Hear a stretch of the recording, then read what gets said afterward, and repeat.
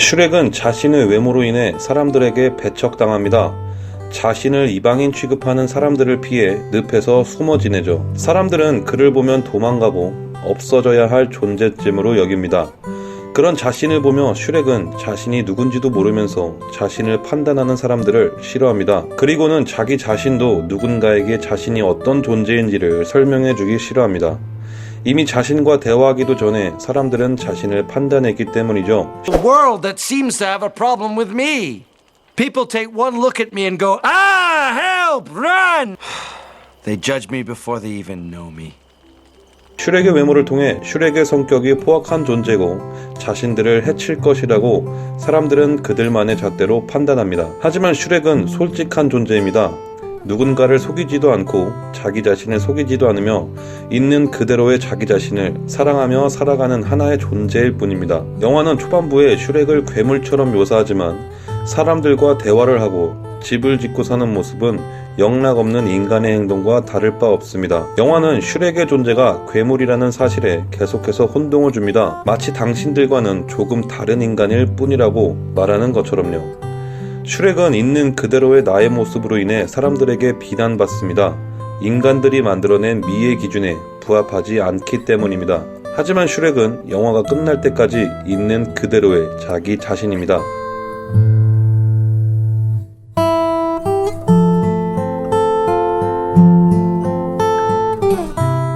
피오나 공주는 마법에 걸립니다. 낮에는 어여쁜 공주로 밤에는 흉악한 괴물로 변하는 마법이죠. 슈렉이 자신을 구해주고 돌아오는 여정 중에서도 자신이 마법에 걸려 밤에는 괴물로 변한다는 사실을 피오나는 알려주지 않습니다. 오히려 밤만 되면 깊은 동굴 속이나 창고에 숨어 그들에게 모습을 보이지 않죠. 동키에 의해 자신의 비밀이 탄로난 상황에서 피오나는 약간의 의미심장한 이야기를 합니다. Okay. Well, yeah. Well, was it something that you ate? Because I told Shrek those rats was a bad idea. You are what you eat, I said. Now... No.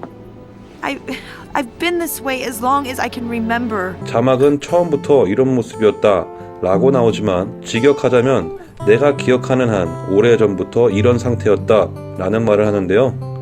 이 말을 통해서 관객들은 피오나 공주가 원래부터 어여쁜 공주였는지 아니면 못생긴 초록색 괴물이었는지 알 수가 없습니다. 그냥 오래전부터 이래왔던 사실만을 말해줄 뿐이죠. 우리는 그렇기에 피오나의 진짜 모습이 무엇인지 알 수가 없습니다.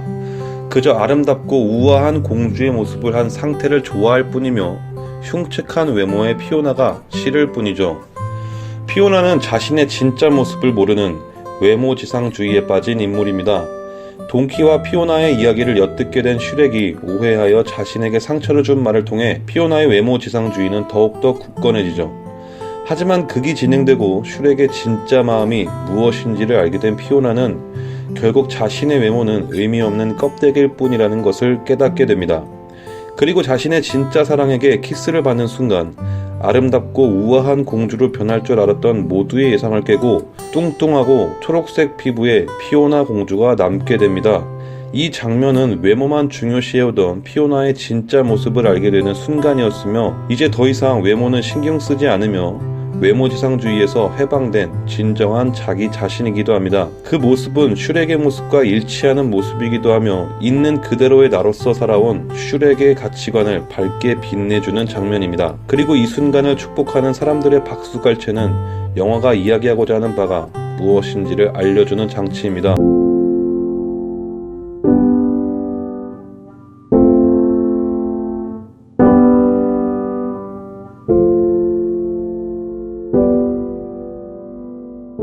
파쿼드는 자신이 다스리는 마을의 동화책 주인공들을 모두 내쫓습니다.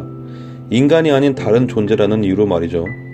다시 생각해보면 자신과 다른 외모, 즉 다르게 생긴 존재를 배척하는 파쿼드 공주의 심리를 저는 알 수 있었습니다. 그렇게 생각한 이유는 쫓겨난 이들이 모두 슈렉의 집에 모여들었기 때문입니다. 이 장면에서 전 이 쫓겨난 이들 또한 슈렉과 같은 정체성을 지닌 캐릭터들이라고 생각했는데요. 그리고 그들을 위해 파쿼드 공주를 대표로 만나서 단판을 짓겠다는 것을 보고 그 생각은 확신이 되었습니다. 파쿼드는 외모지상에 빠진 인물입니다. 자신의 진짜 모습, 즉 키가 작은 자신의 모습을 은근히 숨기는 모습을 보여주기도 하죠. 그만큼 자신의 외적으로 못난 부분을 숨기면서까지 외적 부분을 중요시하는 걸 보며 파커드의 모순된 행동은 외모지상주의라는 것이 얼마나 허망하고 모순되는지를 보여줍니다. 파커드 군주에게는 거울이 있습니다. 거울을 통해 아름답고 이쁘고 우아한 세 종류의 공주들을 보여주며 누가 자신의 왕비가 될 것인지를 정하죠. 거울은 자기 자신을 비춰주는 물건입니다. 다시 생각해보면 거울은 자기 자신을 성찰하게 하는 도구입니다. 파커드 군주는 자기 성찰을 위한 도구를 남을 평가하고 선택하는 인물입니다. 늦은 밤 침대에 누워 피오나 공주의 아리따운 모습을 보며 감탄하는 행동은 그가 얼마나 표면과 외모 지상에 빠져 있는지 알 수 있습니다. 그러한 파커드의 말로는 결국 죽음입니다. 아주 허망하게 용에게 잡아먹혀 죽죠. 외모 지상에 빠져있는 아무 의미 없는 삶의 끝은 결국 허망한 죽음뿐이라는 것을 영화는 말하고 있습니다.